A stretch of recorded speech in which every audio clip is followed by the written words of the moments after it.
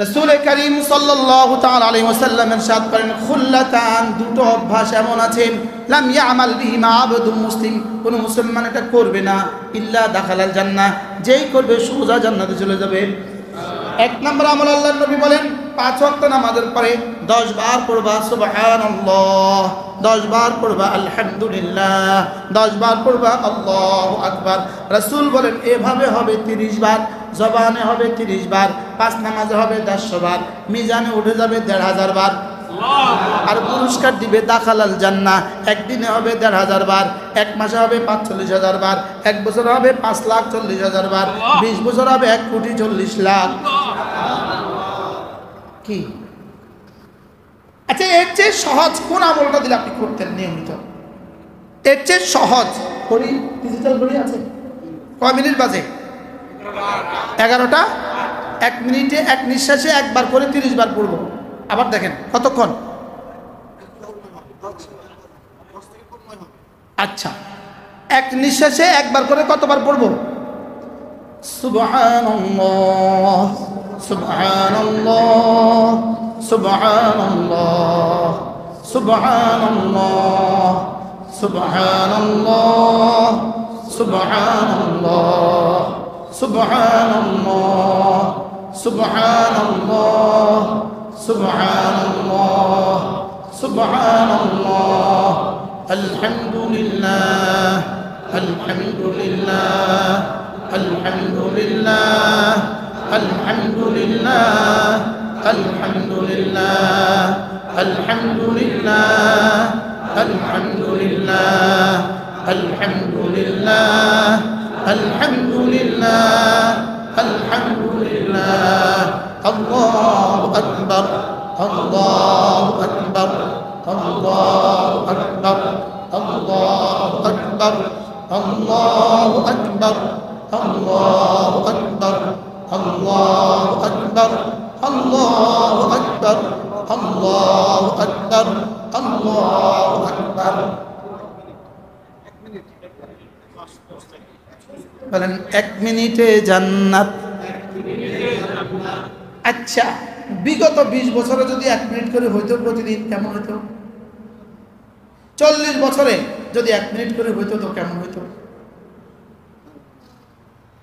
বলেন আজ থেকে ছাড়বো না ইনশাআল্লাহ।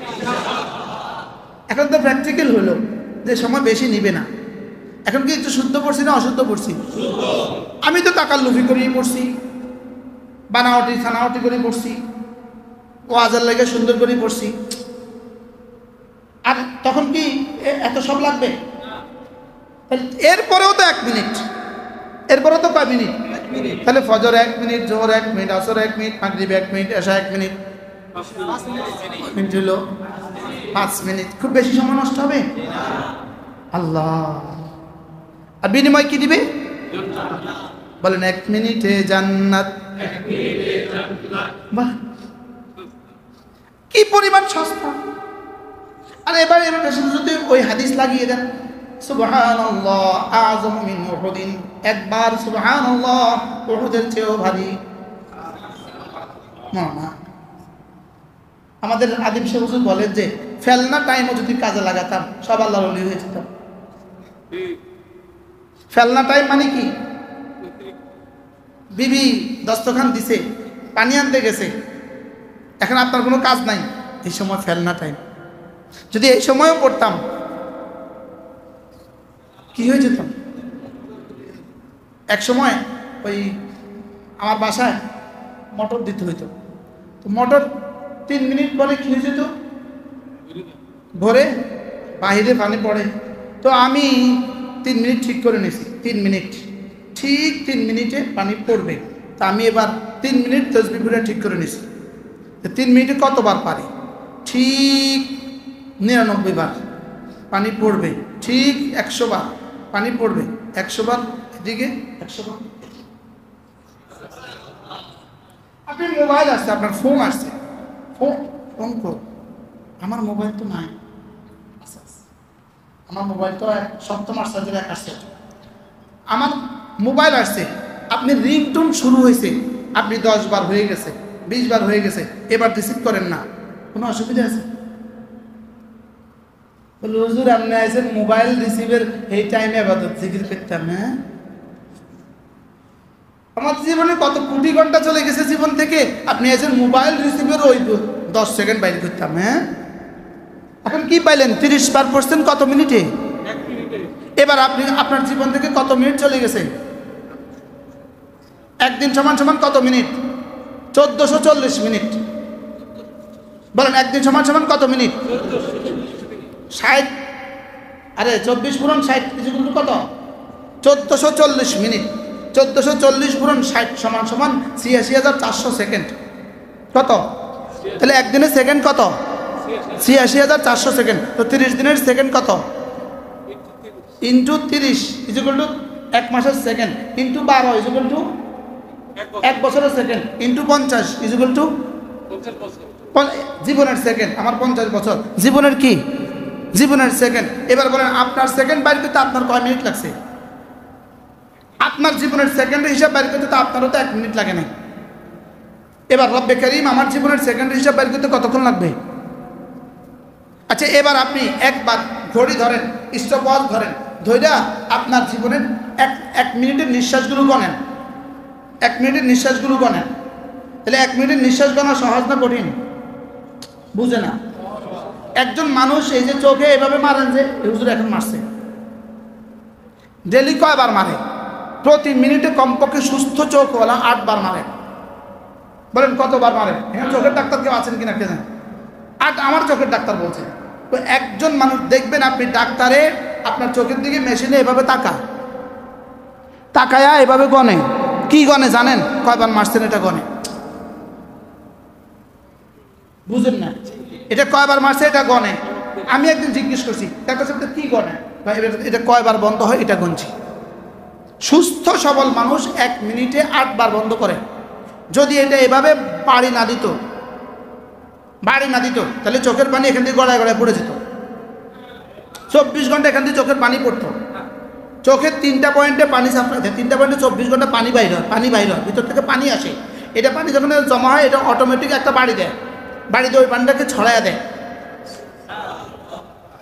3টা গ্রন্থিতে শরীর থেকে জিহ্বার নিচে দিয়া পানি বাইর হয়। শরীর থেকে এই জিহ্বার নিচে ছিদ্র আছে, এই গ্রন্থি থেকে পানি বাইর হয়।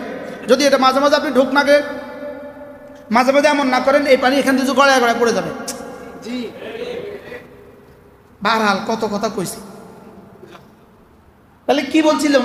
কি কোন প্রসঙ্গ হয়েছিল? সেকেন্ড।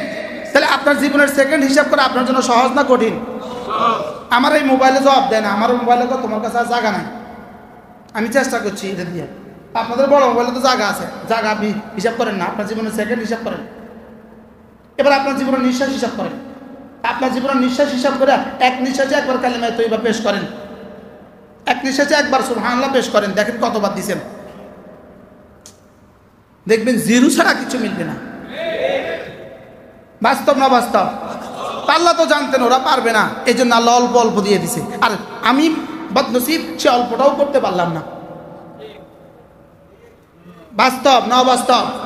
আমি বদনসিব, সে অল্পটাও কি করতে পারলাম না। এরপরে রাসূল বলেন সাল্লাল্লাহু তাআলা আলাইহি ওয়াসাল্লাম, 5 ওয়াক্ত নামাজের পরে আবার পড়বা 33 বার সুবহানাল্লাহ, 33 বার আলহামদুলিল্লাহ, 34 বার আল্লাহু আকবার। এভাবে পড়বা 100 বার। 5 নামাজে হবে 500 বার, মিজানে উঠে যাবে 5000 বার। আগে হয়েছে কত? 1500, এখন হয়েছে কত? 5000। এবার ঘুমাবার সময় পড়বা আবার 100 বার, এবার হবে 100 বার, আর মিজানে উঠবে 1000 বার। তো মোট কত হয়েছে? 750 বার, আর মিজান উঠবে 7500 বার। 7500 তাসবিহ নিয়ে কেউ কবরে যাবে আর সে জাহান্নামে যাবে, কেমনে সম্ভব? সুবহানাল্লাহ। তাহলে বলবো হুজুর তাহলে নামাজ পড়বো না, 7500 তাসবিহ পড়বো, জীবনেও হবে না। হ্যাঁ, ওই 3 নম্বর কর্মচারী। কয় নম্বর কর্মচারী বলেন? আল্লাহ আমাদের সবাইকে বোঝা মানা সহজ করে দেন। তাইলে আল্লাহ তাআলা মহব্বত আসে তিলাওয়াতের দ্বারা, আল্লাহ তাআলা মহব্বত আসে কাসরাতে জিক্রুল্লাহ, আল্লাহ তাআলা বেশি বেশি জিকিরের দ্বারা মহব্বত আসে। আল্লাহ তাআলা মহব্বত আসে কোন আল্লাহ ওয়ালাদের সোহবতের দ্বারা। কোন আল্লাহ ওয়ালাদের কি প্রত্যেকে ঠিক করে নেবেন, কোন আল্লাহ ওয়ালাকে মহব্বত করবেন, কোনো আল্লাহওয়ালাকে কি করবেন? আপনাদের কাছে কত আমাদের যাত্রা নারায়ণগঞ্জের আমাদের ডিএজির হুজুর আছে, আমাদের যাত্রাবাড়ির শায়েখ আছে, আমাদের ফরিদাবাদের মুফতি আবু সাইদ শাহ হুজুর আছে, আমাদের মুফতিউদ্দৌলা শাহ হুজুর আছে, আমাদের ঢালকানগর হযরত কলা আছে। এরকম যাদেরকে যার ভাল লাগে তাকে মহব্বত করবেন। এবার ইনশাআল্লাহ কোন দেখছেন আল্লাহ আমাদের সকলকে তৌফিক দান করেন। কখনো সুযোগ থাকলে প্রতিদিন যদি 5 মিনিট করে কোনো বই পড়েন, এটাও আল্লাহ তাআলা মহব্বত আসবে। আমি আমার নিজের কথা বলি, এই 1 মিনিটে যদি কোনো বই পড়ি, 1 মিনিটে যদি কোনো কিতাব পড়ি, তো একটু পরে যেন একটু ভালো লাগে, একটু পরে যেন হৃদয় একটু আলোকিত হয়, একটু কি হয় বলেন, আলোকিত হয়। আমার কাছে একটা বিখ্যাত কিতাব আছে, আল ওয়াবিলুস সাইয়্যিব। আল ওয়াবিলুস সাইয়্যিব এক বিখ্যাত কিতাব আছে, আল ওয়াবিলুস সাইয়্যিব। এই কিতাবটার নাম হলো মুষলধারের দৃষ্টি। মুষলধারে কি দৃষ্টি, এটা হলো অর্থ। আল ওয়াবিলুস সাইয়্যিব, আল্লামা ইবনে কাইয়িম আল জাওজিয়্যা আলাইহির রহমাত বিখ্যাত কিতাব আল ওয়াবিলুস সাইয়্যিব। এই কিতাবটা শুধুই জিকিরের উপরে লেখা, শুধুই হৃদয়ের উপরে লেখা, শুধুই নফসের উপরে লেখা। যদি সুযোগ থাকে ডেইলি যদি 5 মিনিট করে পড়েন তো কেমন হবে বলেন? হ্যাঁ, মোবাইল তো আমাদের জীবনে সব শেষ করে দিল, মোবাইল তো আমাদের জীবনে সব শেষ করে দিল, আর কি বাকি থাকলো আমাদের জীবনে? এই জন্য যদি আপনাদের সুযোগ থাকে এই কিতাবটা সংগ্রহ করবেন ইনশাআল্লাহ। আল্লাহ আমাদের গাড়িতে পাওয়া যায়, আল্লাহ তাআলা তৌফিক দান। ফজর হলো একজন মুমিনের জন্য আল্লাহর পক্ষ থেকে কি পরীক্ষা। তিনি বলেন যে পরীক্ষা এতটা সহজ হয় না, সকলেই পারে, আর এত কঠিন হয় না, কেউ পারে না। কি বলছে বলেন? পরীক্ষা বুঝি সবাই পারে, আর বুঝি পরীক্ষা এমন হচ্ছে কেউ পারে না। 100 ভাগ ছাত্র কেউই এই প্রশ্নটা দিতে পারলো না, বুঝি বিষয়টা এমন কি ভাই? কেউ না কেউ কি পারে। তো হযরত বলেন যে পরীক্ষা এতটা কঠিন হয় না, কেউ পারে না, আর এতটা সহজ হয় না সবাই। তাহলে ফজর নামাজ কি পরীক্ষা, তাহলে এত কঠিন নয় কেউ পারে না, এত সহজ নয় সবাই পারে। বাস্তব না বাস্তব? তাহলে আপনি কোন দলে হবেন? এবার আমি ওই দলে হব যারা পারে। এবার কারা পারে কারা পারে না? মুনাফিক পারে না, মুমিন ছাড়ে না। কি হয়? যে মুমিন হবে সে পারবে, আর যে মুমিন হবে না, আপনি ফজর নামাজ উঠতেই পারলেন না, আসতেই পারলেন না, গা বগা তো হইতেই পারে, অ্যাক্সিডেন্টলি তো হইতেই পারে, লেকিন প্রতিদিন আপনার জীবনে ফজর ছুটে যায়। এটা কোন মুমিন? এটা কোন মুসলমান? এটাকে কোন মুসলমান বলে? এটাকে কোন মুমিন বলে? আপনার যে ঈমান আপনাকে মসজিদ পর্যন্ত দিতে পারে না, এই ঈমান আপনাকে জান্নাতে দিবে কেমনে? কি ভাই, যে ঈমান আপনাকে মসজিদ পর্যন্ত দিতে পারে এটা আপনি জান্নাত দিবে কেমনে? ওই পিটাইয়া আর আগুনে দিয়ে তারপরে জান্নাতে কি দিয়ে? ওই আগের কথা কি দিয়া? আপনি কি পিটাইয়া আর আগুন দিয়ে জান্নাতে যাবেন না ডাইরেক্ট জান্নাতে যাবেন? আল্লাহ তৌফিক দান করুন। এরপরে রাসূল বলেন, মান ক্বারা আয়াতুল কুরসি ফি দুবুরিল মাকতুবাত। আল্লাহর নবী বলেন যে 5 ওয়াক্ত নামাজের পরে আয়াতুল কুরসি পড়বে, লাম ইয়ামনাহু আন দুখুলিল জান্নাতি ইল্লাল মাউত। মৃত্যু ছাড়া তাকে জান্নাতে যেতে কেউ বাধা দিবে না। অর্থাৎ তার আর জান্নাতের মধ্যে পার্থক্য শুধু মৃত্যু। তাহলে আয়াতুল কুরসি যারা পারি তো পড়বো, যারা পারি না তারা শিখে নিব ইনশাআল্লাহ। হ্যাঁ, এটা আপনি পারলেন না, এটা আপনি পারলেন না, আপনি মূর্খতার সাগরে বাস করছেন। আপনার ইসলামের যে কি হাল আল্লাহ ছাড়া কেউ জানে না। কথা বুঝা আসছে? তাহলে আপনি শিখে নেবেন ইনশাআল্লাহ। ইমাম সাহেব হুজুরকে 500 টাকা দিবেন, দিয়ে আয়াতুল কুরসি শিখে নেবেন। এবার কেউ ইনশাআল্লাহ দিতে হবে না, শুধু বললেই হবে, শিখিয়ে দিবে। হুজুরকে বলবেন হুজুর আমাদেরকে আয়াতুল কুরসি শিখিয়ে দেন, একটা একটা করে আপনাকে 1 সপ্তাহ শিখিয়ে দিবে ইনশাআল্লাহ। সুন্দর হবে না ইনশাআল্লাহ? মান ক্বারা আয়াতুল কুরসি ফি দুবুরিল মাকতুবাত লাম ইয়ামনাহু আন দুখুলিল জান্নাতি ইল্লাল মাউত। 5 ওয়াক্ত নামাজের পরে যে আয়াতুল কুরসি পড়বে, আল্লাহর নবী বলেন জান্নাতে যেতে তার মধ্যে আর তার জান্নাতের মধ্যে কোনো বাধা নাই। যদি মৌতের আগে জান্নাতের সিস্টেম থাকতো তাইলে বলতো জান্নাতে সে ঢুকে গেল, কিন্তু মৌতের আগে কি নাই? জান্নাতের সিস্টেম নাই। তবে হ্যাঁ, মৌতের আগেও জান্নাতের মজার একটা সিস্টেম আছে, জান্নাতের মজার সিস্টেম আছে। মৌতের আগেও জান্নাতের কিছু মজা পাওয়া যায়। কি পাওয়া যায় বলেন? মজা পাওয়া যায়। এজন্য ওয়ালিমান খাফা মাকাম রাব্বিহি জান্নাতান, যারা আল্লাহকে ভয় করে তাদেরকে আল্লাহ তাআলা দুটো জান্নাত দিবেন। মোল্লা আলী কারি রহমাতুল্লাহ বলেন দুটো জান্নাত দিবেন এর তরজমা জান্নাতুন ফিদ দুনিয়া ওয়া জান্নাতুন ফিল উকবা। দুনিয়াতে একটা জান্নাত দিবেন, আখিরাতে একটা জান্নাত দিবেন। সুবহানাল্লাহ। দুনিয়াতে জান্নাত দিবেন, শুনবেন দুনিয়াতে জান্নাত জি ইনশাআল্লাহ। মানে দুনিয়াতে বলে জান্নাত কি হুজুর রে, দুনিয়াতে বলে জান্নাত। জান্নাতুন ফিদ দুনিয়া, দুনিয়াতে একটা জান্নাত দিবে, আখিরাতে একটা জান্নাত দিবে। দুনিয়ার জান্নাত কোনটা? দুনিয়ার জান্নাত হলো লাযযাতুন ফিল ইবাদা, ইবাদতের মধ্যে মজা দিয়ে দিবে। ইবাদতের মধ্যে মজা যেটা লাগে এটা কিন্তু জান্নাতে নাই। এটা কিন্তু কি নাই বলেন? জান্নাতে নাই। এজন্য তেলাওয়াতের মজা কিন্তু জান্নাতে নাই, সেজদার মজা কিন্তু জান্নাতে নাই, রুকুর মজা কিন্তু জান্নাতে নাই।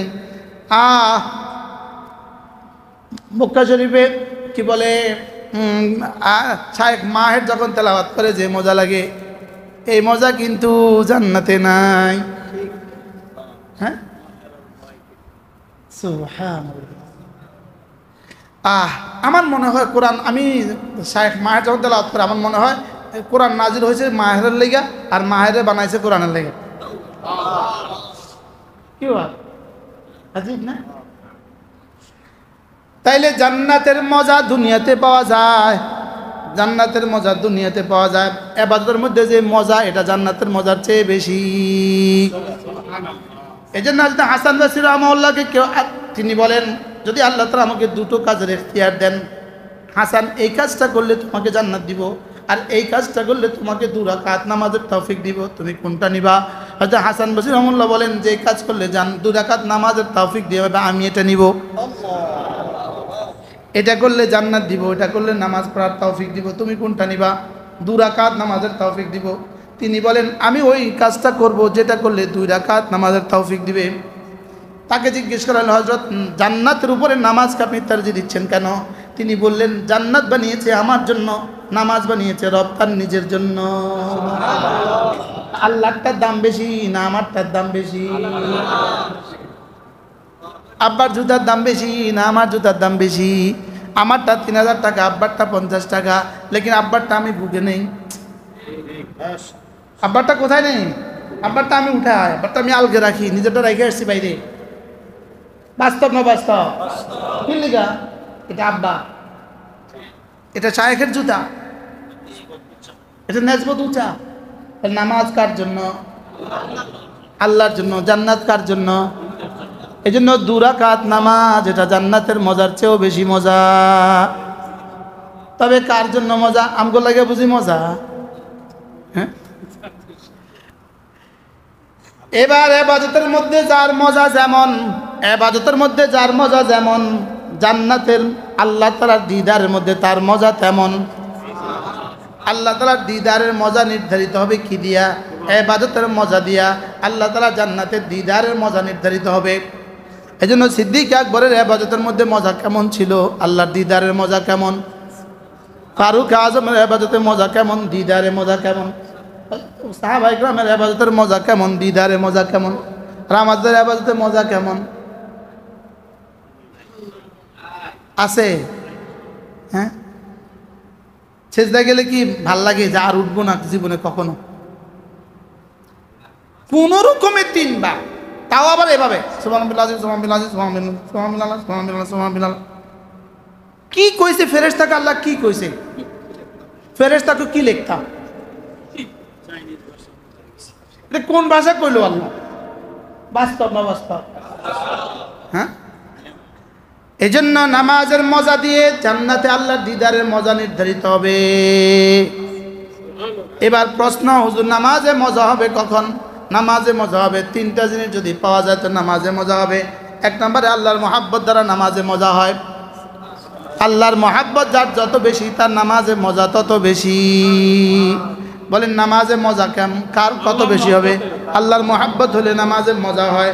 2 নম্বরে আল্লাহর জান্নাতের আশা হলে নামাজে মজা হয়। 3 নম্বরে আল্লাহর আযাবের ভয় দিলে থাকলে নামাজে মজা হয়। তাহলে ভয়, আশা, মহাব্বত, মহাব্বত, ভয়, আশা, ভয়, এদিক থেকে বললাম।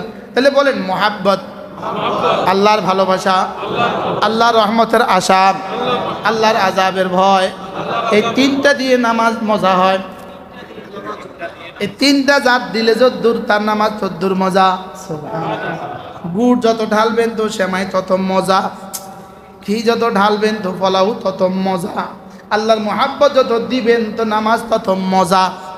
এখন প্রশ্ন, হুজুর মুহাব্বত আসবে কি দিয়া? মুহাব্বত আসবে কোরআনে কারীমের তেলাওয়াত দিয়া।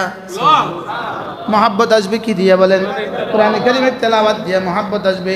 এখন বলবেন হুজুর কোন তেলাওয়াত দিয়া মুহাব্বত আসে? যেই তেলাওয়াত ফিকিরের সাথে হয় ওই তেলাওয়াত দিয়া মুহাব্বত আসে। যে তেলাওয়াত ফিকিরের সাথে হয় এই তেলাওয়াত দিয়া মুহাব্বত আসে। আর কাসরাতে জিকরুল্লাহ দ্বারা আল্লাহর মুহাব্বত আসে, বেশি বেশি জিকিরের দ্বারা আল্লাহর মুহাব্বত আসে। এখন প্রশ্ন, কোন জিকিরের দ্বারা আল্লাহর মুহাব্বত আসে? যেই জিকির মুহাব্বতে হয় ওই জিকির দিয়ে আল্লাহর মুহাব্বত হয়। সুবহানাল্লাহ। এটা তাহসিলে হাসিল আজম আসে, মনে বুঝেন না? এটা তো আমার কাছে আগেই আছে, আবার এটা কেমনে হয়? আচ্ছা, বিবির মুখে লোকমা তুলে দিলে মুহাব্বত বাড়ে, সুন্নত। বিবির হাদিস, বিবির মুখে লোকমা তুলে দিলে সুন্নত বাড়ে। এখন বিবিকে আপনি লোকমা এভাবে দিতেছেন, খা, এটা কি মহব্বত বাড়বো না মহব্বত আরো কমবো? কিল্লিগা তোমারটা তুমিই খাও। এখন আর যদি মহব্বত ভালোবাসা লোকমাটা তুলে দেন, কি মহব্বত বাড়বে না? বাড়বে না? তাহলে কোন লোকমা তুলে দিলে মহব্বত বাড়ে? মহব্বতের সাথে লোকমা তুলে দিলে মহব্বত বাড়ে। আর ঘৃণা ভরে লোকমা তুলে দিলে মহব্বত বাড়ে না, মহব্বত আরো কমে। আগে যেটা ছিল সেটাও কি, সেটাও কমে গেছে। কি হয়? একটা সুন্নত দ্বারাও পুরা সংসার সুন্দর হতে পারে। কিচ্ছা আছে আমার, বলার সুযোগ নেই। আমাদের তারেক জামিল সাহেব একটা কিচ্ছা বলছেন, আবার আমাদের মাওলানা জুলফিকার নকশবন্দি দামাত বারাকাতুহু এখানে একটা কি বলছেন, কিচ্ছা বলছেন। তারেক জামিল সাহেব কাছে এক বেটা এসে বলে, হুজুর আমার বিবি তো ভালোবাসে না, আমার কিছুই করেন। বলতে পরামর্শ দিলেন, শুনে একটা কাজ করো, আজকে একটা মিঠাইয়ের ডাব্বা কিনবা, এটা ঘরে নিয়ে যাবা, খেতে বসবা দুজনে একসাথে, ওকে আস্তে করে একটা ভালোবেসে একদম মিষ্টি মুখে তুলে দিবা, এরপরে দেখো কি হয়। তো ওই বেটা সত্যি সত্যি কিনে নিয়ে গেছে, আস্তে করে আদর করে ওই মুসকি মুসকি বউ হাসে। তো বলছে, তোমার এটা কে শিখেছে, আগে এটা খাও। शायद कि तुम्हें मौलवी तारक জামিল ने बताया। बहरहाल তাহলে মুহাব্বতের সাথে তুলে দিলে কি হবে বলেন? আর ঘৃণা ভরে তুলে দেন, মুহাব্বত কমবে। এখন আমাদের নামাজ কি মুহাব্বতের সাথে কেমনে হয়? আমাদের নামাজ হয় কেমনে? আমার রুকু আর সেজদা কেমনে হয়? আচ্ছা, এটা কিসের নামাজ? আমি আল্লাহ কি বলছে, এই শব্দটা কি বললাম? আল্লাহ কিটা কইলাম? কি বাস্তব না বাস্তব বলো? হ্যাঁ, এরপরে সুবহানাকাল্লাহুম্মা ওয়া বিহামদিকা তাবারাকা ইসমুকা আমাকে তো বলা নেই। আচ্ছা, কি বললেন এটা? আত্তাহিয়াতুল লিল্লাহি আসসালামু আলাইকুম ওয়া রাহমাতুল্লাহি ওয়া বারাকাতুহু, আসসালামু আলাইকুম ওয়া রাহমাতুল্লাহি ওয়া বারাকাতুহু। কি বললেন এটা? এটা দিয়ে মহব্বত বাড়তো? এটা দিয়ে যে কানে গালে চট দেয় না, এটাও তো শুকর। মসজিদের বাইরে ফেরেশতা দাঁড়াইয়া কানে গালে একটা একটা লাগাই দেয় না, এটাই তো শুকরিয়া। আমরা যে বেঁচে আছি এটাই তো শুকর। বাস্তব না বাস্তব? কি পড়ছি? ছানাটা মাঝে মাঝে শুনান ইমাম সাহেবকে, বুঝে আমার ছানাটা হচ্ছে কিনা দেখেন, বুঝে আমার সূরা ফাতিহা হচ্ছে কিনা দেখেন। ইমাম সাহেব যদি সূরা ফাতিহা পড়ায় সকালবেলা, তো 2-4 জন বসে, আর বাকিরা বসে না। বাস্তব না বাস্তব? আপনার অনেক কাজ, আর কি কাজ না, ওই বাইরে গপ মারো, কিন্তু উনি বসেন না। যদি না হুজুর জিগায়া বয়। একবার কমলাপুর থেকে আমি চিটং যাব, আমার ট্রেন আমি ফেল করছি, 2-3 মিনিট দেরি হয়ে গেছে। ট্রেন আমার সামনে দিয়ে হাঁটা চলে যেতেছে, আমি তার উঠতে পারলাম না। পরে রেল মাস্টার আমি ফোন দিছি, মাস্টার রেলওয়ালারা ফোন দিছে, এখানে দাঁড়াইছে। শেষের বগিতে বসে কে? পরিচালক। ট্রেনের পরিচালক কোথায় বসে? শেষে। তো এই বেটার নাইমা আমার ফট করে উঠাই নিছে। এই বেটার বগিতে আর কেউ নাই, সে একা একা, তার 1-2 জন কম্পাউন্ডার আছে, একা একা। তো সে আমারও তার পাশে বসে একটু পরে বলতেছে হুজুর আমি সূরা ফাতিহাটা শুনাই, আপনি একটু শুনুন। তো বেটা বললো হুজুর আচ্ছা তো সুযোগ আছে, কেউ নাই, আমি আরাম নাই, আমার মতো আর কেউ নাই। হুজুর দুনিয়াতে শরম পাওয়ার চেয়ে কবরে পিঠা খাওয়ার চেয়ে দুনিয়াতে শরম পাওয়া ভালো। কি বলছে বলে, কবরের পিঠা খাওয়া থেকে দুনিয়াতে কিসের লজ্জা, এখানে কিসের লজ্জা? আপনি ইমাম সাহেবকে বলেন যে হুজুর প্রতিদিন একটা করে সূরা মশক করান আমাদের, বেতন দিয়ে ইমাম সাহেবকে রাখছেন, কাজ লয়া ছাড়বেন। কি বলেন? হুজুরকে বলবো যে আমাদেরকে 10টা সূরা ঠিক করে দেন, প্রতিদিন একটা করে সূরা ঠিক করে দেন। কয় বছর লাগবে একটা করে সূরা ঠিক করতে? মোট হরফ হলে 29টা, 29টা শিখতে 29 দিন লাগবে 29 দিন। তা আপনার জীবনে গেছে কতদিন? তা আপনার তো জীবনে গেছে 30 বছর, আপনার 29টা সূরা ঠিক হলো না কেন? যদি একটা শব্দ একটা হরফ যদি 1 বছরে শিখতেন তবুও তো 29 বছর চলে গেছে।